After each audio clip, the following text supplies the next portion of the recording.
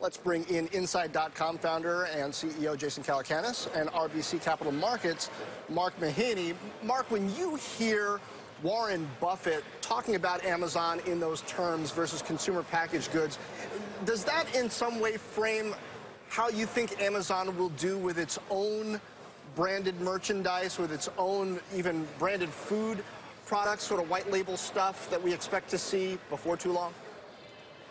So here's three thoughts, John. One is I think Martin Sorrell may have missed one thing. I think that CPG advertising dollars, some of those actually may be shifting over to Amazon. People are actually looking at that as a marketing advertising platform really for the first time in scale. Second is, yeah, I think that's part of the play behind this Whole Foods acquisition. You're going to start seeing more of the private label products. You've got the Whole Foods private label products on Amazon Fresh today or just in the last 48 hours. So I expect to see more of that, and Amazon's got the brand, power with consumers to make more of that happen, not only in groceries, but in its core business. And they've been doing this in linens for quite some time, and they're also doing it with basic household items, batteries, et cetera. I think there's more opportunity for Amazon there, and it's good for Amazon shareholders, higher margins. Jason, what grade do you give Amazon on the kind of first couple of days of Amazon Whole Foods? They seem to have rolled out a few price rollbacks that have certainly gotten people's attention. Although Whole Foods is still expensive, they seem to have done a pretty good marketing job. Yeah, this is like multiple shots across the bow of every other retailer in the world. They should be terrified right now because Jeff Bezos has made it very clear that not only is he going to go on an M&A acquisition spree, but he is going to disrupt every business that he touches. Them taking 30 or 40% off certain items in the store is them telling the world they don't need to make a profit off of Whole Foods. Whole Foods could be a loss leader or a break even. Can you imagine what other retailers are feeling right now? They're waking up in the middle of the night screaming Jeff's name. And for consumers, this could be the tax break that Trump can't get done, because if we can all save 10, 20, 30% on great things that we have to buy in the world, whether it's Whole Foods or he buys a hotel chain next, or if he buys an airline next. Yeah. This is just the beginning for Jeff Bezos. He is going to keep lowering the price on things we buy every day. 400 stores, 65 million Amazon Prime members. I mean, this could double the number of Prime members. And, the distribution of those 400 stores and what they're going to be capable of on the last mile front is absolutely extraordinary. This is a real shot in the arm for the American economy. I also want to talk Uber with you guys. Uber's board of directors finally sending an email to its employees naming current Expedia boss Dara Khosrowshahi as its next CEO. This, as key Uber investor Shervin Pishavar spoke with us last hour about Khosrowshahi and his feud, Shervin's feud, I should say, with Benchmark Capital. I think it was the perfect choice. Dara is, if you look at the experience at Expedia over the last 12 years, he's actually 12x the value of the company.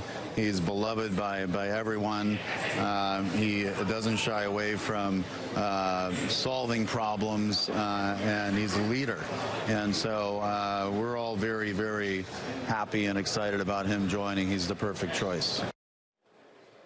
Jason, I see you've got an Uber hat on there. Did a little costume change while we were listening to Shervin. Does this change significantly, at least the optics about Uber in the investor community? I mean, nothing's really changed yet, but there is a CEO named. This is absolutely fantastic. It's a great sign that the board is becoming more functional, and that everybody, who is super qualified wanted to compete for this job. You had Jeff, and you had Meg, and you had Dara. And Dara, who some people consider the dark horse candidate, I think the reason he's the consensus candidate, as Shervin said, is this is one of the great public market CEOs. Of course, Jeff and Meg are extraordinary as well. But if you look at Dara's background, he plays 3 positions very naturally. He was a CFO. He was a deal maker at Allen & Company, which, by the way, took a couple of companies public. If you do a little Google search there, you'll see some notable names. And he's been the CEO, and he wants the job, and he's hungry. And if you look at what Expedia does is they service people 1-2 times a year. If you look at what Uber does, they service people 1, 2, 3 times a day. So he, like other CEO candidates, We're extremely excited about this opportunity. Yeah. And if you look at the quarterly growth, it's been unprecedented and amazing. The job of taking over a pre-public company like Uber from the founder has only happened one other time in history, and it made Eric Schmidt a billionaire many times over. And it was the crowning achievement of Eric Schmidt's career. So this is huge, and I just want to take a moment to say all of this is based on the hard work and the effort that Travis put in. I know that he's taken a lot of hits, and I know that there were mistakes that were made, and they need to be corrected. But Travis built a $70 billion company that the greatest leaders in the world wanted to run, and now we got one of them. So we knew you'd be a defender. We know you're an investor. Mark Mahaney, let me ask you. I know you don't cover it. It's a private company, but would any of this fly at a public company? Yes, they've got a new CEO that everybody is praising on both sides of this argument, but they still have deep boardroom dysfunction, an outstanding lawsuit, and this question mark of what happens to the founder and prior CEO. So look, a couple of points here. Actually, I've got another example for Jason.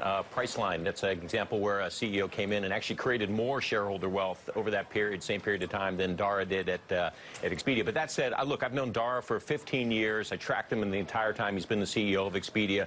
I think he's one of the best CEOs in the public internet space. He's made a few mistakes along the way, but he's learned, and I think in a lot of ways he checks really good boxes for Uber. He's got a lot of regulatory experience. You have to have that in order to run a online travel company. He's had very good progressive employee relations in the entire time he's been there, and he's run a really complex business. I mean, Expedia actually does, 70 billion in bookings on an annual basis with 20,000 employees. So this is a person who's used to complexity, and I love the fact that he came in and nobody even knew that Dara was going to be a candidate because he didn't talk to the press. He didn't try to speak up his candidacy. I thought that was a real sign of tact, and this is what this person is like. He's a very professional manager. Well, perfect for Uber.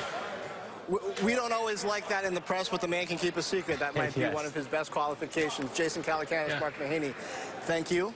SquawkAlley's back right after this. Thank you.